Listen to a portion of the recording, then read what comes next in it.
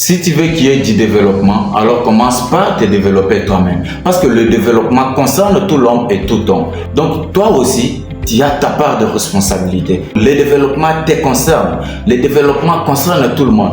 Tu dois faire quelque chose pourvu qu'il y ait du développement. Si tu commences par te développer, l'autre se développe de son côté, X et Y se développent aussi. Comme ça, nous tous, nous allons nous développer et c'est comme ça qu'on va progresser et on va assurer le développement dans l'ensemble du pays ou du continent, si je peux le dire comme ça. Il ne faut plus attendre le développement venant d'ailleurs parce qu'on ne développe pas, mais on se développe. Donc, c'est à nous de faire en sorte que nous puissions nous développer. N'attendons pas le développement venant d'ailleurs. Toi qui me suis, n'attends pas le développement venant de X ou de Y. Commence par te développer toi-même. C'est comme ça que le développement va se répandre partout et c'est comme ça que ça sera assuré dans tous les pays. Et là, tu peux me questionner pour savoir, mais comment est-ce que tu vas faire pourvu que tu puisses te développer? Mais c'est simple. Le développement matériel commence d'abord par le développement intellectuel ou le développement personnel.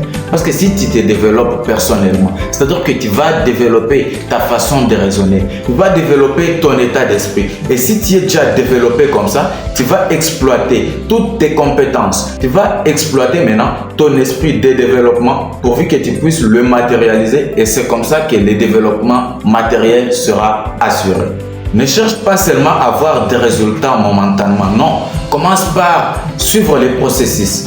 Vas-y d'abord, cherche à apprendre, cherche à te développer, à comprendre des histoires. Développe ta mentalité. Fais en sorte que tu commences à voir les choses différemment. Parce que si tu continues à faire ou à voir des choses de la même façon, alors tu ne pourras pas changer. Tu n'auras pas de développement. C'est comme quelqu'un qui est en train de commettre des mêmes actes et par après il s'attend à des résultats différents. Non, ça ne se passe pas comme ça. Si tu veux changer des résultats, tu dois être prêt à payer les prix. Et le prix que tu dois payer, c'est le changement de tes actions. Donc commence d'abord par changer des actions et comme ça tu vas changer des résultats. Ne cherche pas à aller directement pour avoir les résultats que tu es en train de rêver. Non, ça ne marche pas comme ça. D'abord les actions et par après le résultat. Et là tu peux encore me poser la question pour savoir, mais qu'est-ce qu'il faut faire pour acquérir de nouvelles compétences? Qu'est-ce qu'il faut faire pour se développer personnellement?